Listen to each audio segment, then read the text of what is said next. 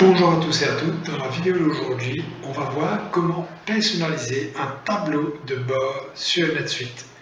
Donc si jamais vous ne voyez pas sur votre tableau de bord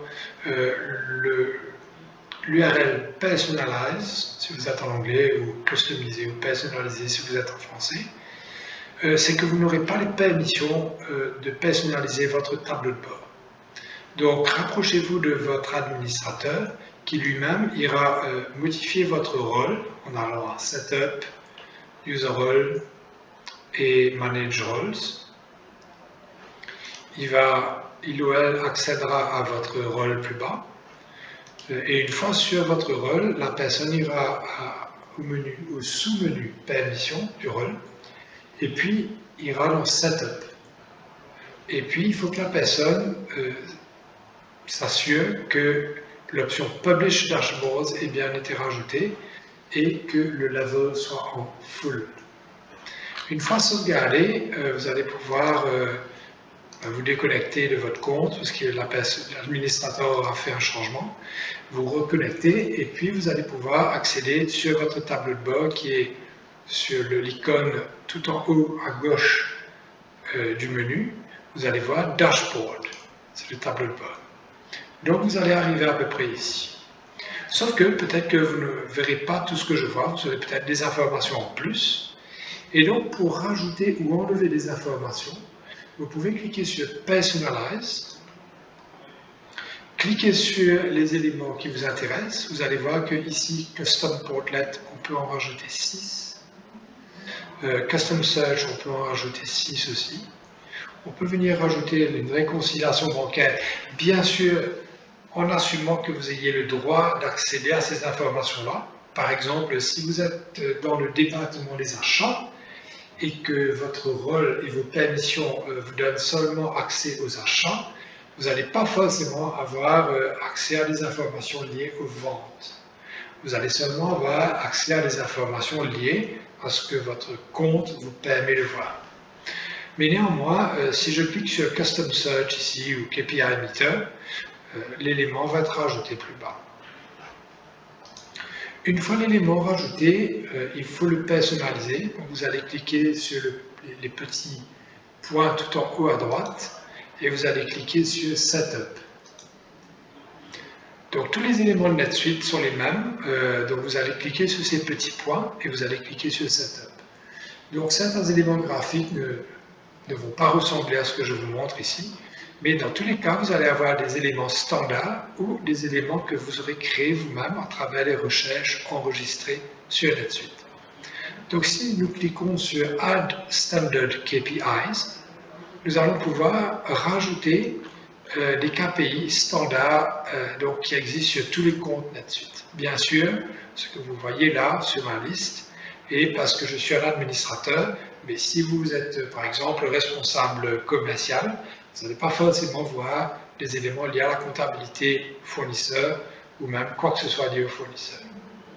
Donc je clique sur OK et nous voyons maintenant que les payables, donc les tiers fournisseurs, vont apparaître. Je peux cliquer sur sauvegarder.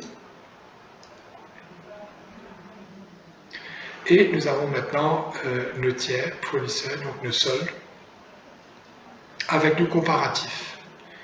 La période actuelle comparée à la période précédente.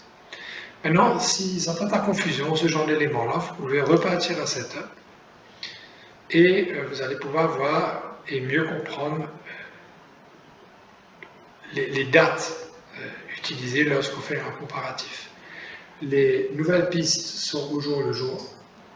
On compare aujourd'hui avec hier. Mais vous pouvez décider de changer cela et de dire je veux comparer this month, donc ce mois, comparé au mois dernier, last month.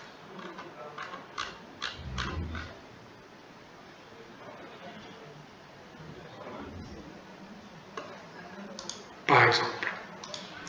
Et vous allez cliquer sur sauvegarder. Donc tout est mis à jour très rapidement.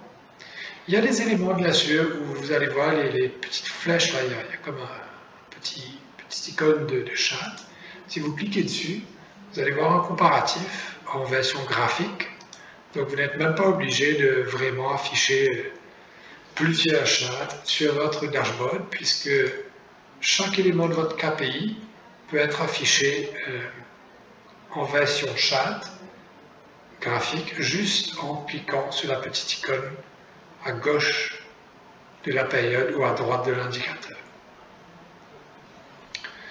Donc voilà, ça c'était pour rajouter des informations. Si vous voulez les enlever, vous cliquez sur les petits points tout en haut à droite des éléments que vous voulez enlever et vous cliquez sur Remove. Et là, l'élément disparaît. Si on veut rajouter le KPI une fois de plus, on va recliquer sur Personalize et on va chercher KPI Indicators. Où est-ce qu'il est? Voilà, KPI Performance Indicators. Et nous allons retrouver notre fameux KPI. D'accord? Donc, le fait d'enlever un élément ne va pas l'effacer complètement, vous allez pouvoir toujours le retrouver, c'est juste que vous décidez de ne pas l'afficher sur votre tableau de bord. Maintenant, vous allez voir des éléments intéressants comme les raccourcis. Il y a énormément de choses que vous pouvez venir rajouter à NetSuite. Vous pouvez déplacer les éléments de votre tableau de bord plus haut, plus bas, à gauche, à droite, etc. Donc, juste en cliquant dessus et en les sélectionnant avec votre bouton gauche de la souris et en les mettant là où vous souhaitez les voir. Vous n'avez pas besoin de sauvegarder les changements. Quand vous faites un changement, ici par exemple, je change les rappels et je les mets tout en haut. Ce rappel, la prochaine fois que vous allez vous connecter, il sera toujours à cet endroit. Il n'y a rien à changer ici. Il n'y a rien à sauvegarder, je veux dire. Donc ça c'est une chose. La deuxième chose à savoir, c'est que lorsque vous aurez créé le dashboard qui est le plus intéressant pour vous, vous pourrez par exemple partager à vos équipes, parce que peut-être que vous avez des collègues ou un directeur qui sera très satisfait de votre travail et qui va vouloir publier ce que vous avez fait à tout le monde. Donc si vous descendez sur votre tableau de bord, enfin dépendant du vôtre, il est peut-être un peu plus haut ou un peu plus bas, mais vous allez avoir un élément qui s'appelle Settings, ou Paramètres, ou Préférences même. Sur les Settings, vous allez pouvoir cliquer sur Publish Dashboard. En cliquant dessus, vous allez pouvoir créer, donc nommer ce dashboard. Vous allez pouvoir lui donner un nom.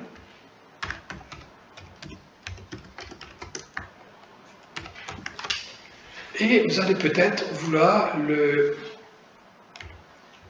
partager à peut-être tous les comptables. Donc, je ne sais pas si on voit les comptables dessus. Non, pas forcément.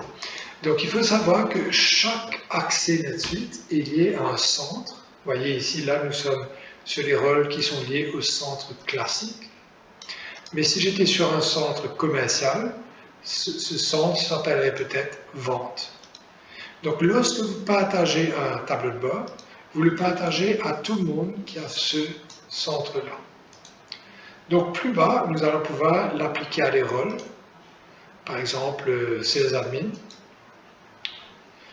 On va soit pouvoir laisser l'administrateur des ventes utiliser son tableau de bord à lui ou à elle et avoir la possibilité de venir choisir votre tableau de bord dans la liste des tableaux de bord disponibles, ou alors d'écraser son tableau de bord pour qu'il n'y ait plus que celui que vous publiez que la personne puisse utiliser.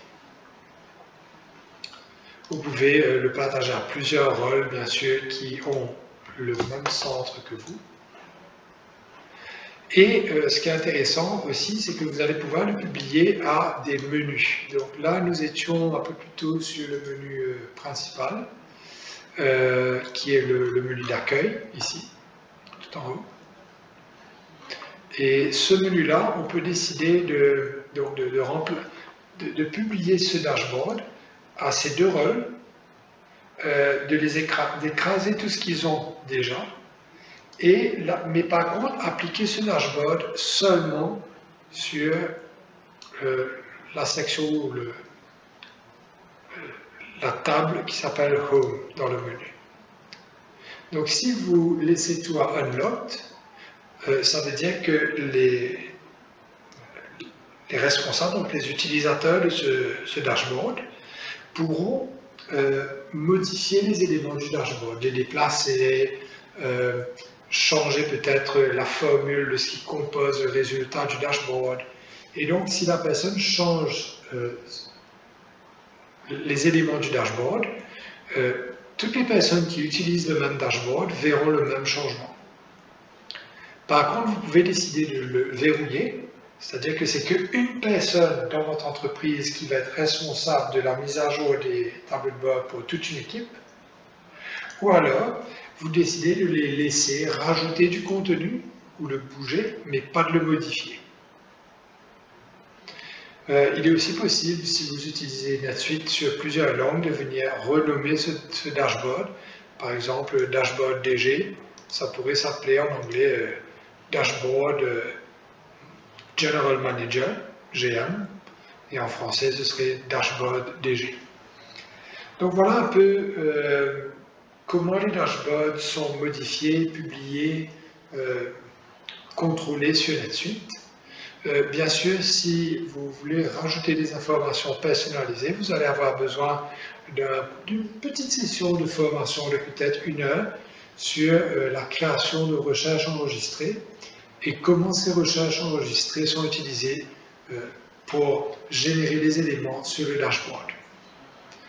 Donc, merci pour votre temps aujourd'hui. J'espère que la session a apporté des fruits.